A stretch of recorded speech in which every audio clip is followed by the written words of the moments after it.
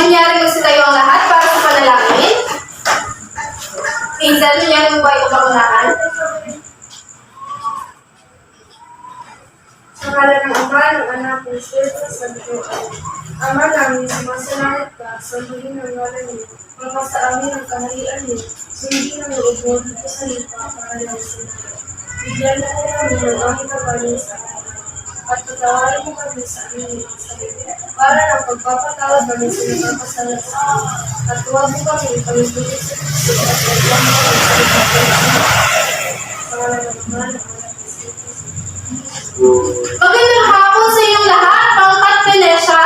Magandang hapon po, Pilipinas! Bago magsiupo, nais ko munang tingnan ninyo yung paligid kung ito ay malinis at maaliwala sa inyong palingin. At batid kung kayo nasisiyahan sa 2 araw na wala tayong magkikita. Dami-dami kayo ngayon ah. Bilang kalihim ng pangkat na ito, nais ko bang malaman, Hazel, kung ilan ang lumipan sa klase ngayon? Isa lang po. Palapakan niyo naman yung paligid sa napakaraming na nawal magpapatuloy ito hanggang sa katapusan ng ating klase. Ngayon, bago natin ipagpapatuloy ang formal na talakayan natin, nais ko muna basahin ninyo at intindihin ninyo ang ating alituntunin. Pakibasa. Panalangin ang Espiritu Santo sa tuwing nakikinig sa mabuti sa alala.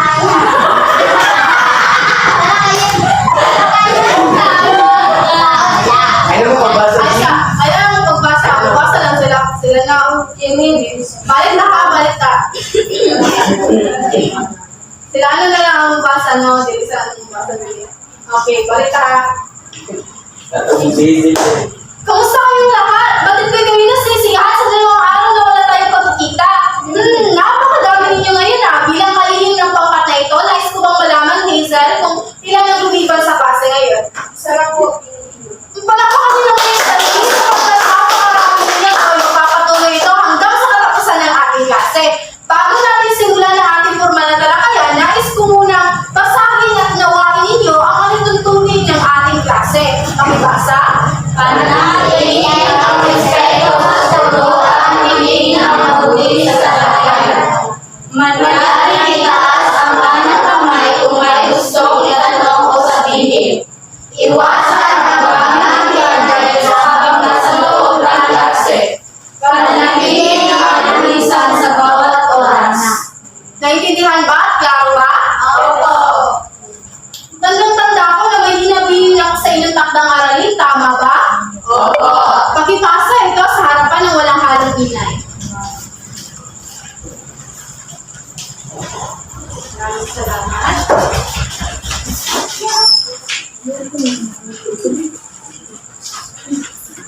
Maraming salamat. Ngayon ay pagpapatuloy na natin ang ating paglalakbay patungo sa pagtuklas ng panibagong kaalaman sa hapon na ito. Pero, bago natin ipagpapatuloy ang ating paglalakbay sa hapon na ito, ay nais ko munang bigyan kayo ng panimulang gawain na kung saan ito ay makakatulong sa inyo upang bigyan kayo ng panimulang kaalaman patungkol sa paksa na ating tatalakayin sa gabi ito. Ang ating gawain ay pinamagatan ko, ayusin mo at ako'y piliin mo.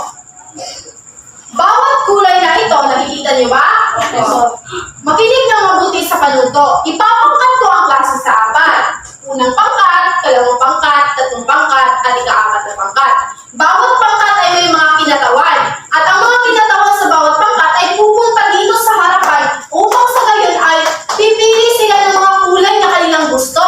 Bawat kulay ay nakapaloob ng mga letra na kung saan ang mga letra ay kinakailangan ninyo buuhin. No? Bawat pangkat. Pagkatapos pumili ng mga kinatawan, babalik sila sa kanilang pangkat. Pagkatapos ay bubuuhin ninyo.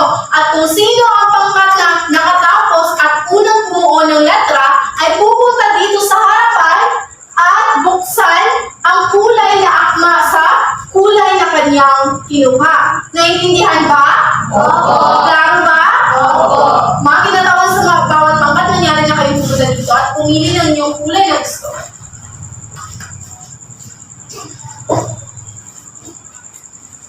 Bibigyan ko lamang kayo ng 2 minutos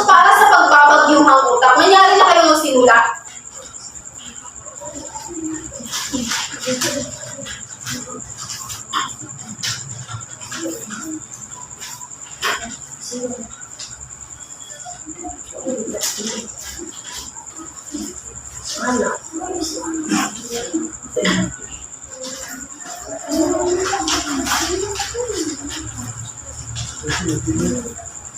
kayang pangkat ang mauunang makabuo ng letra?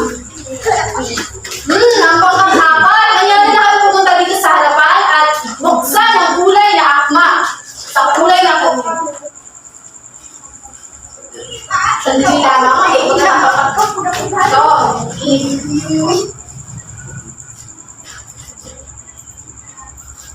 Ngayon, nangyari na kayo bumalik sa inyong upuan. Kasi po. Pagkatapos ay sabay-sabay ninyo itong basahin. Ano ito? Persona. Ito ay tumutukoy kung sino ang magsasalita sa tula. Mahusay!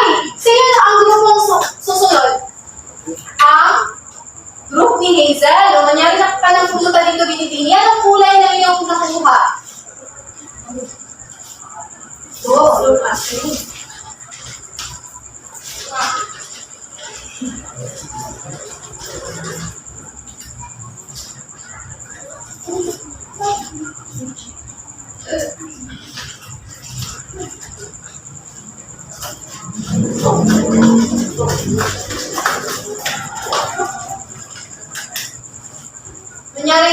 Manyari niyo na itong basahin.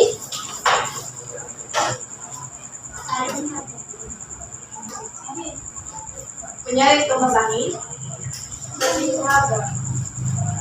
Sabay-sabay, please. Move forward. Dapat kayo, pwede kayo lumapit.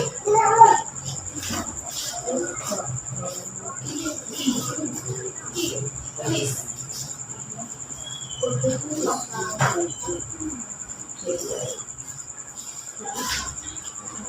Ito ay kalimaga. Ito ay ayong nagdito. Pinag-iwalay na ako. Kailangan na dito kailangan ng paggamit natin yung Mahusay. Manyari na kayo bumalik sa inyong upuan. Sino ang susunod na pangkat? Sino ang nauna sa inyong dalawa?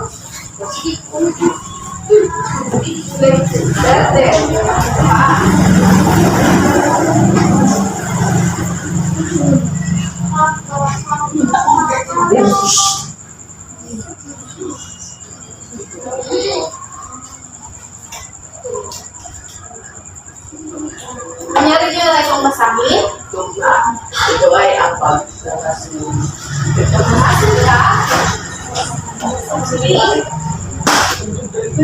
Finish. Manyari ulit.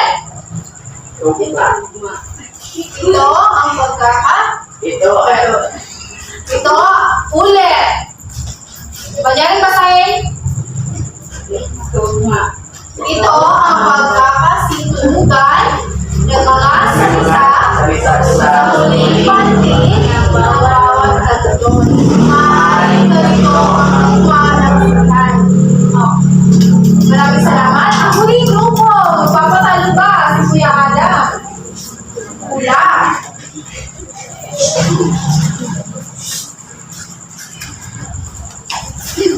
Sukat ang iyong natuon na salita.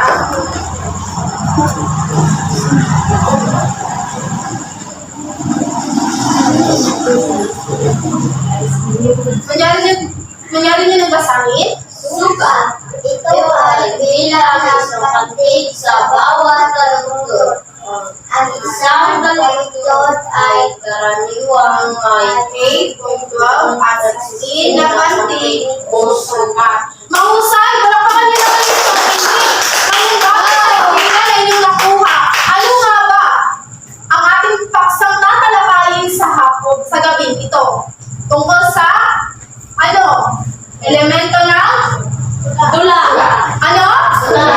Mahusay! Ang ating tatalakayin ay patungkol sa elemento ng tula.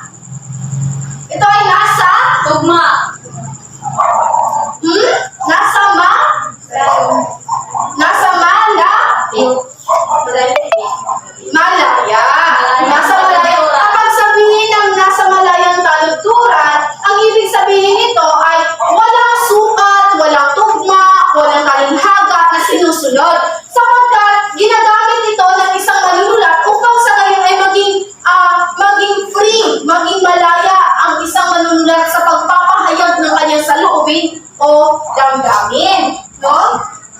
Ngayon, may halimbawa ng isang tulad iyan.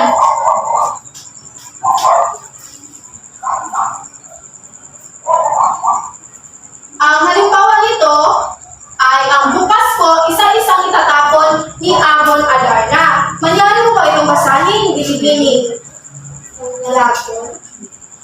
Bukas ko isa-isang itatapon ang mga mundo ng kahapon.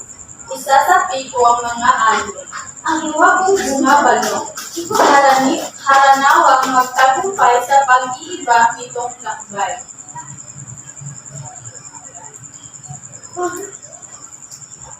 Kasihan sana ng saysay, nang mawala itong lumbay.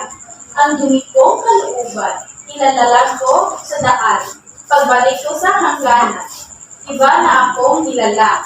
At sa buti ng alapaap, harinawang tumalab. At makita ang isla, nitong buong maniyag. Mahusay! Kung ating napapansin, no, ang tulang malayang nasa talunturan ay hindi natin maintindihan, di ba? Naintindihan niyo ba ang tula? Hindi. Sapagkat ang tulang nasa malayang talunturan ay masyadong malalim at walang sukat at walang tugma, walang mga persona na ginagamit o in short, walang alintuntunin sa tula na ginamit. Kapag kasi nasa malayang talunturan, kaya hindi ito nakakapukaw ng damdamin sa mga magbabasa. Ayun na nga, sapagkat ito ay napakamalalim at napakalayo ng mga salita sa turing na diwa ito. At ang ikalawang uri naman ay ang tulang tradisyonal. Ano nga ba kapag tulang tradisyonal? Kunyari pakibasa? Tulang tradisyonal na kung saan ito ay sumasagot sa tula kung saan nagsulat at tugma at may sinusunod ito Mahusay! Ang tulang tradisyonal ay napakaiba siya sa tulang malayang talunturan sapagkat ang malayang talunturan ay walang sukat, walang tugma at ito ay walang sinusunod na alintuntunin. Napakahusay! Ang tulang tradisyonal dito may sinusunod na alintuntunin. No? Ano nga ba ang alintuntunin? Ito na yung mga elemento ng tula na kung saan ay mga persona, talihanga, tugma at sukat, mahusay, binibini. At ang tulang tradisyonal, ito ay may sinusunod na alintuntunin. Kaya dito sa tulang tradisyonal ay nakakapukaw ito ng damdamin ng mga mambabasa. Kaya halos na mga tula dito sa Pilipinas ay sinulat sa tulang tradisyonal. Isa sa halimbawa nito ay ang Kabayanihan na isinulat ni Lopica Santos. Manyari mo ba itong basahin, Binibini Hazel? Ang kahulugan mo ay isang maglilingkod na walang paupa. Sa hirap at pagod. Minsan sa andala, minsan po sa bulog. Pag-ibig sa kapwa ang naging Diyos. Natatalastas mo sa iyong pagod. Iba ang aarit, iba ang akalo. Nagkatakwat sa iyong ligayan at Ang mga sakit sa iba, sa pawis, yaman, luno ng lakas, dugo, buhay, pinupuhunan mo at inaalala. Pagkakapag-ibig mo sa Pangasinan ay magpuos, panangalipin, bayan. Sa tulong mo'y maging maalwan, ang dukha sa tulong mo'y maging ulan. ang mulala, tapang mo'y sa tuwag, Naging halimbawa ang kamatayan mo ay buhay ng hikis na lamang na ang mga tao'y nagpawalang puring sa mga tulong mo. Ang kadalasan pang iganti sa inyo ay ang pagkalimot kong ipaglulo. Mahusay! Ang tula na ito, ang Kabayanihan ni Lopica Santos, ay patungkol ito sa ating bayan. No, patungkol ito sa ating bansang sinilangan. Ano nga ba ang pangalan ng ating bansang sinilangan? Mahusay! Ang tula na ito ay patungkol rin sa mga Pilipino na kung saan ipinaglalaban ang ating bansa upang sa gayon ay makamit natin ang hustisya. Nakamit ba natin ang hustisya? Nakamit ba?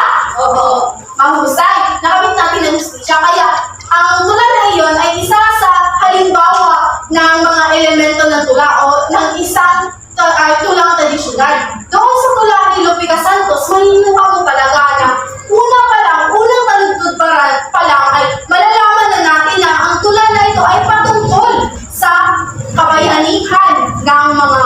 Pilipino sa ating bansang mahusay, sinilangan. Kaya, napakalayo ng isang tulang nasa malayong talunturan at sa tulang tradisyonal sapagkat ang tulang tradisyonal ay napakasarap basahin, madaling may pilihan at nakakapukaw lasin. Hindi kagaya ng malayang talunturan. Ngayon tayo dadako sa mga elemento ng tula. May apat tayong elemento ng tula. Ito yung persona, Talinghaga, tugma, aswas. mahusay. Tayo dadako na sa persona. Ano nga ba ang persona? Pakibasa? Tumutukoy sa karakter o linya sa ginagawa ng nagsasalita sa tula. Talinghaga. Ay, ito muna tayo sa persona. Ang persona, ito yung boses o pananaw na ginagamit ng isang makata. Alam niyo ba ang isang makata? Anong ibig sabihin? Karakter. Malapit na. Yung makata, ha? Riser. Mahusay. Ang isang writer o ng isang tagapagsulat, ginagamit niya ang persona upang sa ngayon ay mabibigyan ng damdamin at saloobin ang isang pangyayari ng tula. Kaya napakahalaga ng persona. Isa sa halimbawa nito ay nangyari mo bang pakibasa, Kuya Adam? Isang isda sa dagat sa hampas ng alon doon ako naglalakad may bit sa nalabag may nahabol kawayan nagbiya Ayun, isa ito sa halimbawa ng persona. Sino ang nagsasalita sa tula na ito? karakter Sino ang karakter? Isang? may isda Mahusay. Kung ating susurin, uulitin ko ha. Sa dagat, sa hampas ng alon, doon ako naglalakad. May bitbit na lambat, hinahabol ang biyaya ng dagat. So, sino ang persona dito? Mahusay. Kaya, yun ang isang persona ng tula. Ang persona, again, ito ang boses o karakter na nagbibigay damdamin na saloobin sa isang tula. Ngayon tayo dadako sa talinghaga. Manyari pakibasa? ito ay napakayaan namin na hinahirang pagpapahayag upang magkaroon sa mensahe ng tula. Ang talinghaga, ito yung mga malalim na salita na ginagamit sa tula. Kung inyong napapansin doon sa malayang talunturan na halimbawa natin, di ba, napakalalim doon, mga salita noon, napakalalim. Halos lahat ng mga salita ay napakalalim. Yan ang tinatawag na talinghaga. Isa sa halimbawa nito, nangyari mo bang pakibasa? Hindi. Tulad ng isang bulaklak na dumaraan sa pagitan ng pag-usbong at paglalak. Ganoon din ay buhay ng tao. Yan ang isang halimbawa ng isang talinghaga. Sapagkat dito, sa linya ng tula na ito, ay ginagamit niya ang mga malalim na mga salita na kung saan ay nahihirapan tayo na intindihin kung ano nga ba ang ibig niyang sabihin. Kaya, ang talinghaga rin ay nagbibigay kulay at buhay sa tula. Kaya napakahalaga ng talinghaga dahil ito, ginagamit nito at nakukuha nito ang atensyon ng mga mambabasa. Kaya tayo dadako sa tugma. Pakibasa? Ito ay magkakaroon ng pare-parehong tulong sa huling bahagi ng kasalita sa bawat taluntod ng tula. Ito ang napaka-importante din ito sa isang tula. Nangyari yung pakibasa, Binibini Julia, ang tugma. Tugma. Sa hardin ng buhay, mga bulaklak ay sumisilay. Sa bawat pag-usbong, musika'y di magliliyan. Ayun, napakahusay. Maraming salamat, Binibini. Sa tugma, ito ay nagbibigay musika sa isang tula. No, nagbibigay siya ng ritmo sa isang tula. Kaya, nagbibigay ito ng pagkakataon sa ating bilang mambabasa na ulit-ulitin ang tula. Sapagkat napakaganda nito dahil may Tugma. may tugma. Again, ang tugma ay ito ay nagbibigay rin mahusay at musika saan? Saan siya nagbibigay musika? Sa tula, mahusay. Nagbibigay siya ng ritmo at musika sa isang tula. Ngayon tayo lalako sa pinakahuling elemento ng tula. Ano nga ba ang sukat? Manyari pag-ibasa? Ito ay bilang napantig sa bawat taludtod ng tula. Isa sa halimbawa nito ay ito. 10 magkakapatid sa tabi ng ilog. Naglalaro, nag-aawitan, walang inaalalang tinghatik o dilim. Bawat pantig dito ay 7. May 7 itong pantig. Kung ibig sabihin nito, ang bawat salita na ito ay may sukat.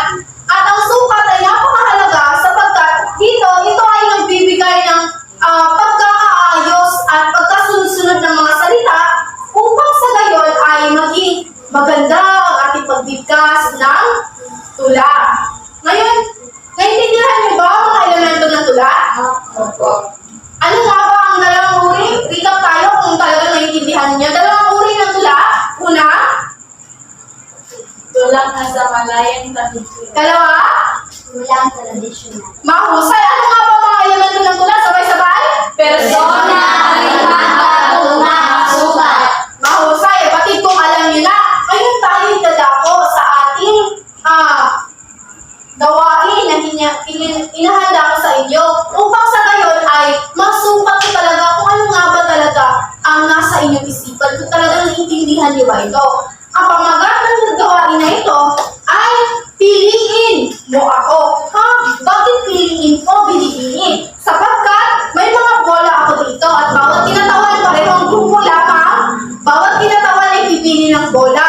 Pagkatapos ay pipili ng bola, pagkatapos ay bubuksan ninyo at kung ano ang elemento ng tula ay yun rin yung gagawa kayo ng tula. Pagkatapos, bawat pakatid pupunta sa harapan at basahin ang tulang inyong ginawa. Naintindihan ba? Bibigyan ko lamang ang mga bawat pangkat ng 2 minuto sa pagbabagyuhang tula. Naintindihan? Bawat sinagawan, nangyari na kayo pumunta dito.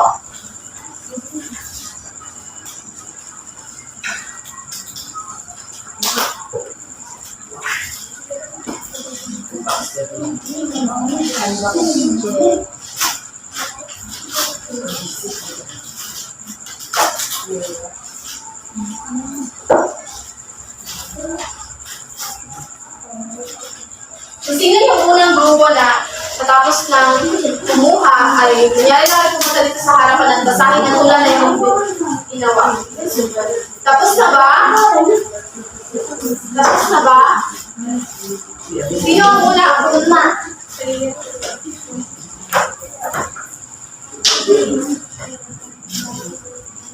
Talagang napakahusay ang grupong ito. Kunyari nyo ng basahin, sabay-sabay. Pakilakasan. Buhay ay parang isang dagat. Minsan malakas ang alon. Minsan tahimik ang tubig. Mahusay pa lang kami naman. Napakahusay ng grupo ito. Sino ang susunod? Grupo ni Kuya Adam. Kunyari nakita kayo lahat.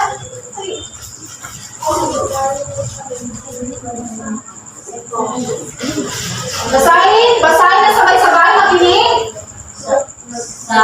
Sa bawat pagbabahag, Ikat namin ang bawat sa aking harap, puso ay nagbubukan. Sa bawat pag-asa, iwan naglalawag. ang bawat halik, Alaala. Mahusay. Ang kanilang elemento na nakuha ay tugma. Ano ang elemento na inyo nakuha? Persona. Persona. Sino ang susunod? Pangkatatlo. Tayo? Mayroon na kayo tumayo. Ano ang elemento na inyo nakuha?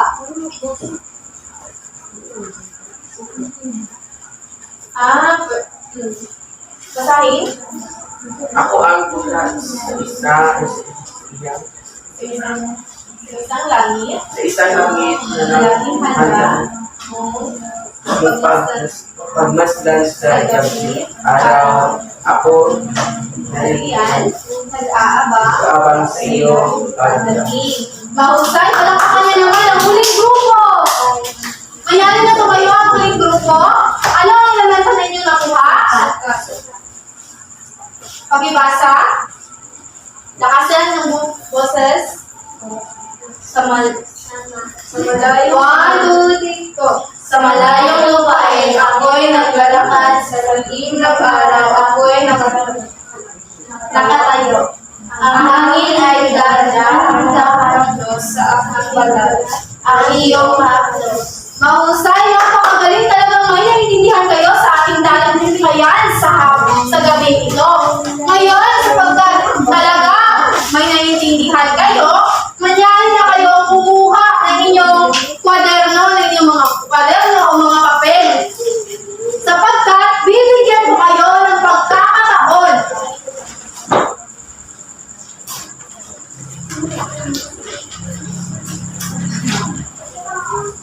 Nakakuha na ba ang lahat?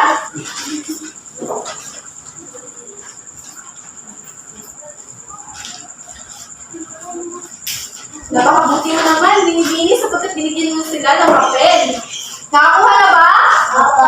Ngayon, nangyari nyo, bibigyan ko kayo ng pagkakataon na isulat kung ano nga ba ang natutunan na tutuklasan ninyo sa ating aralin. Bibigyan ko lamang kayo ng 2 minuto sa pagsulat upang sa gayon ay magpapatuloy na tayo sa ating talakayan.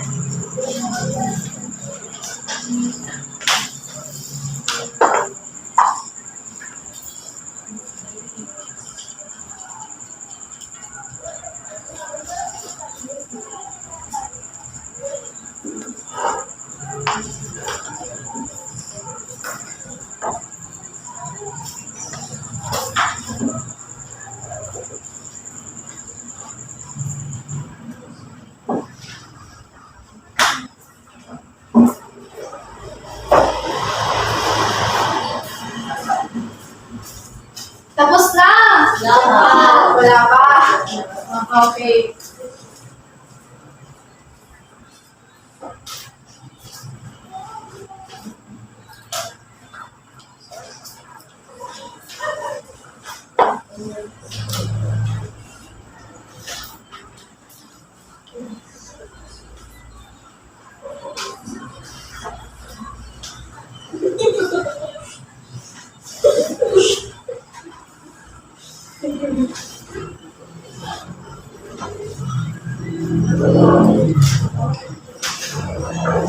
Batid kung tapos na kayo? Tapos na ba?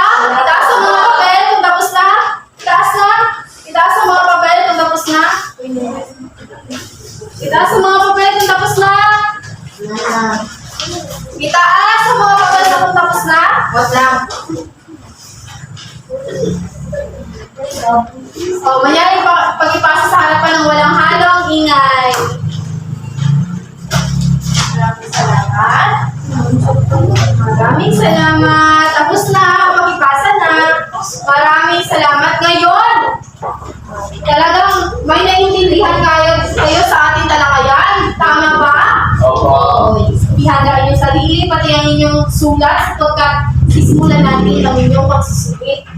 Paano to? Makinig ng mabuti ha. Dito ay kinakailangan na basahin at intindihin ang mga tanong, pagkatapos ay bilugan ang titik ng tamang sagot sa bawat bilang. Naintindihan ba? Opo. Naintindihan ba? Opo. Okay. Pag-ipasa ng mga papel na ito nang walang halong ingay.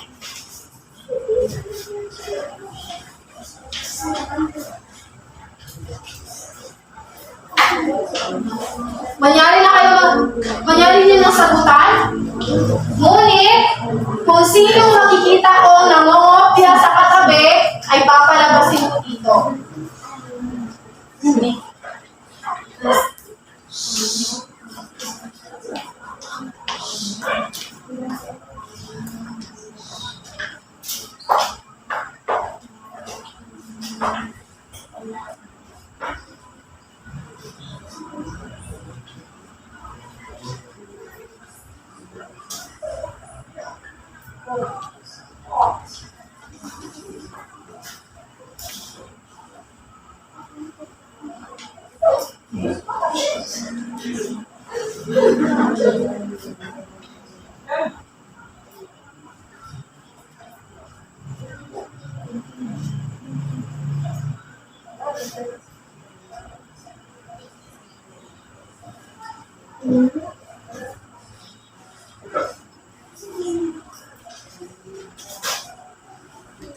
Tapos na.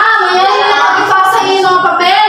Itaas muna ang inyong mga sulat, inyong mga panulat, pakitaas.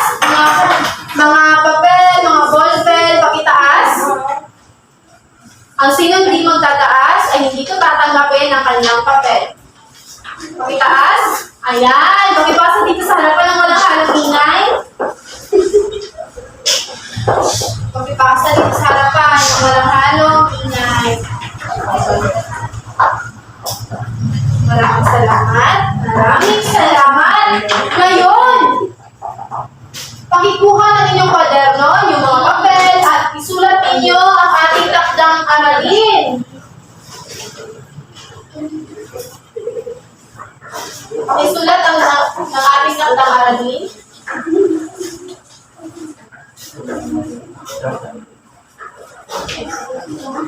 Makinig kang mabuti. Ang ating takdang aralin ay pumili ng mga sikat na mga tula sa Pilipinas at basahin at ipaliwanag ang kanyang mensaheng nais ipapatid at suriin ito kung anong elemento ng mga tula ito. Nabibilang. Naintindihan ba? Opo. Sige, magsulat muna kayo. Pagkatapos ay i-insist ko ang base.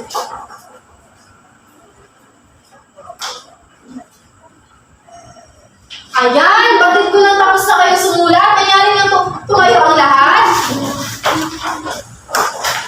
May naintindihan ba sa ating kaalaman sa gabi na ito? Meron po. Maraming salamat sa inyo, Pangkat Venecia. Nangyari na kayo umalis na walang halong ingay. Magandang gabi sa inyong lahat.